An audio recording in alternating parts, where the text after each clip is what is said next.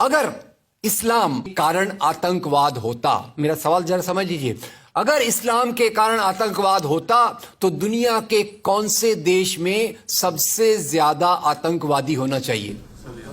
Indonesia में। Saudi Arabia में बहुत छोटा है, पता नहीं हमारे बंबई के बराबर भी है कि नहीं। सऊदी अरेबिया बहुत छोटा है, सबसे ज्यादा आतंकवाद होना चाहिए इंडोनेशिया में, दुनिया का सबसे बड़ा मुस्लिम देश, वहां इस प्रकार का आतंकवाद नहीं है। नंबर 2, वो एरिया देखिए, अभी सवाल आपको बताया गया उसको याद रखिएगा।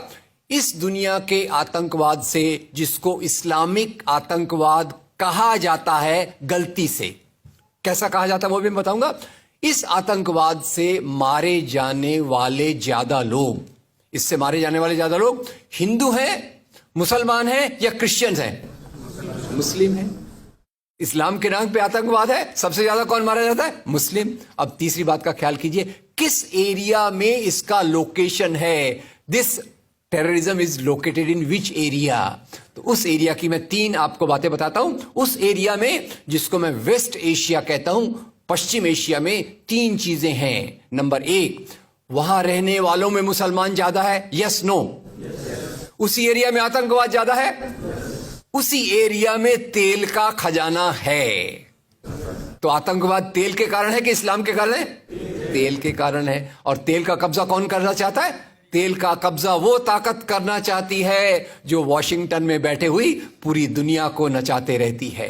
काम करने वाला कोई और गुनाहगार कोई और बनाया गया। अब ये आया कैसे? तो आपको बता दूं कि ये अल कायदा के जो मदरसे, अब मदरसा अपने आप में खतरनाक शब्द उसमें कर देते हैं, कुछ मदरसों में इस आतंकवाद की ट्रेनिंग दी गई। इस्लाम के कारण गलत। ये जो मदरसों में आतंकवाद की ट्रेनिंग दी गई, उसके पीछे भी जो हाथ था, 2 चीजों का था। सबसे बड़ा हाथ था अमेरिका का। अमेरिका ने $8,000 मिलियन, 7,000 टन हथियार दिए अल कायदा को। उनका ब्रेन वॉश किया गया। इस्लाम के जो 2 महत्वपूर्ण शब्द हैं, माफ कीजिएगा अगर मैं कुछ गलत कहूं, मैं इस्लाम का स्कॉलर नहीं हूं, समझने की कोशिश करता हूं, कुछ मैंने गलत कहा तो उसको माफ कर दीजिएगा। तो 2 शब्दों को उन्होंने बदल दिया। एक शब्द था जिहाद। जिहाद तो जो है जिहाद अकबर, जिहाद असगर। जहां तक मेरी समझ है, जिहाद अकबर का मतलब होता है अपनी बुराइयों के खिलाफ लड़ना। जिहाद असगर का मतलब होता है समाज की बुराइयों के खिलाफ संघर्ष करना। तो इस जिहाद शब्द का मतलब बदलकर कर दिया गया कि जो भी व्यक्ति आपसे असहमत है, जो भी व्यक्ति को, किसी को पहले काफिर लेबल करो। अब काफिर का भी एक बहुत अलग मतलब है, I won't go to the details of that. तो काफिर किसी को बोलो, उसको मारो, तो उसको जिहाद के नाम दिया गया। और ये ट्रेनिंग उन मदरसाओं में हुई जिसको अमेरिका ने पैसा दिया, अमेरिका ने सिलेबस भी दिया। और तो और मेरी समझ है, मदरसों में कुरान की ट्रेनिंग देते हैं। वो कैसे होना चाहिए वो आपके बीच में चर्चा का मुद्दा है, पर यहां जो ट्रेनिंग दी गई उसका सिलेबस वॉशिंगटन में बनाया गया। और खैर, ये क्यों बनाया गया उसके पीछे मैं पहले बहुत कोशिश करके, मेहनत करके लोगों को बोलता था ये अल कायदा इसके लिए बनाया गया। बाद में मेरे हाथ में एक बहुत अच्छी चीज आई।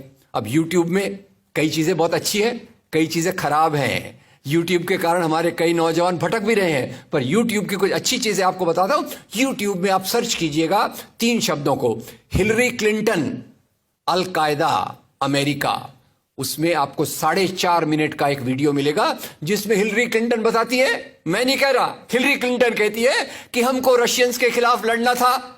हमारी फौजें जो वियतनाम से एकदम डिमोरलाइज होकर आई थी वो तैयार नहीं थी, तो इन एशिया के मुसलमानों के नौजवानों के कंधे पर रखकर हमने अपनी बंदूक चलाई, हमने अलकायदा खड़ा किया, हमारा काम हो गया, हम अपने हाथ धो लिए और हम अपने वापस आ गए।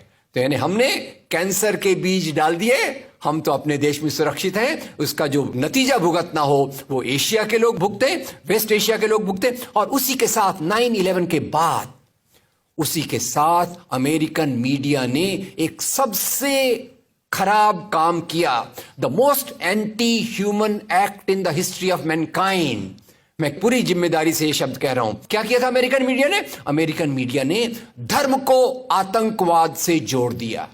मजहब जो मोहब्बत सिखाता है, मजहब जो इंसान को इंसान बनना सिखाता है, उस मजहब के साथ इन्होंने आतंकवाद को जोड़ दिया और एक शब्द बनाया पहली बार, इस्लामिक टेररिज्म। याद रखिए, दुनिया में आतंकवाद पहले भी हुआ है। याद रखिए आयरिश रिपब्लिकन आर्मी, याद रखिए खालिस्तान, याद रखिए नाथुराम गोडसे, याद रखिए इंदिरा गांधी का हत्यारा, याद रखिए राजीव गांधी का हत्यारा। आतंकवाद पहले भी हुए हैं, पर कभी भी मजहब को आतंकवाद के साथ नहीं जोड़ा गया। तो मैं मानता हूं अमेरिकन मीडिया ने अगर सबसे गंदा, सबसे एंटी ह्यूमन काम किया है तो इस जुमले का बनाना जिसको कहते हैं इस्लामिक टेररिज्म। अब इसके पीछे इस्लाम का कोई हाथ नहीं। जिहाद शब्द का मतलब बदल दिया गया और काफिर शब्द का मतलब बदल दिया गया। यहां से ब्रेन वॉश की एक प्रोसेस चालू हुई और इसी को मैं कहता हूं, ये प्रोसेस जो चालू की, ये प्रक्रिया एक कैंसर होती है। मेरा थोड़ा मेडिकल बैकग्राउंड है, मैं जानता हूं कैंसर शुरुआत में होता है, आपने ट्रीट कर लिया तो ठीक है, जब वो फाइनल स्टेज में जाता है तो पूरी दुनिया की बर्बादी करने पे तुल जाता है। और वही बात अलकायदा के साथ हुई। अलकायदा के बाद मामला वहीं खत्म नहीं होता। तेल की प्यास, तेल की भूख बहुत बड़ी है। आप जानते हैं भारत 200 साल तक गुलाम रहा इंग्लैंड का। काय के लिए गुलाम था? क्योंकि उनको यहां का कच्चा माल लूट कर ले जाना था। After colonialism there is imperialism, और ये इंपीरियलिज्म चाहता है दुनिया के रॉ मटेरियल्स, दुनिया के रिसोर्सेस को लूट कर अपनी समृद्धि को, अपनी प्रॉस्पेरिटी को बढ़ाया जाए। और उसी के चलते उन्होंने एक और काम किया और वो काम था इराक पे हमला।